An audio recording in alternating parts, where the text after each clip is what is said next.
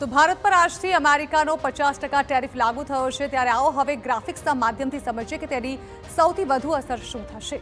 તો સૌથી પહેલા તો આ ટેરિફની અસર સૌથી પહેલી એ થશે કે અમેરિકામાં ભારતનો સામાન અન્ય દેશો કરતાં 35% મોંઘો થઈ જશે।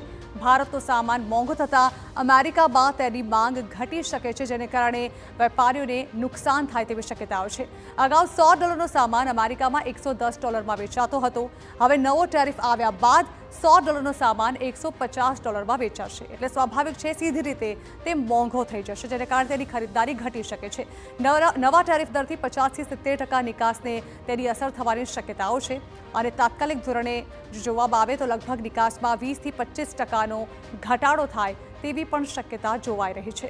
આજથી તેનો અમલ શરૂ થઈ ગયો છે, જેની સીધી જ અસર આજથી જોવા મળે તેવી શક્યતાઓ છે।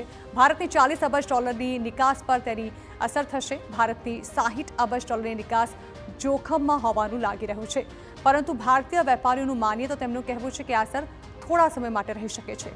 સાથે ચીન, વિયેતનામ, કંબોડિયા, ફિલિપાઇન્સ જેવા હરીફો સામે ટકવું મુશ્કેલ થઈ શકે છે। ભારતમાં હવે તેને લઈને રોજગારી પર પણ સંકટ તોડાઈ રહ્યું છે। ભારતમાં 10 લાખ લોકોની રોજગારી પર તેની થોડી ઘણી અસર જોવા મળે તેવી શક્યતાઓ છે।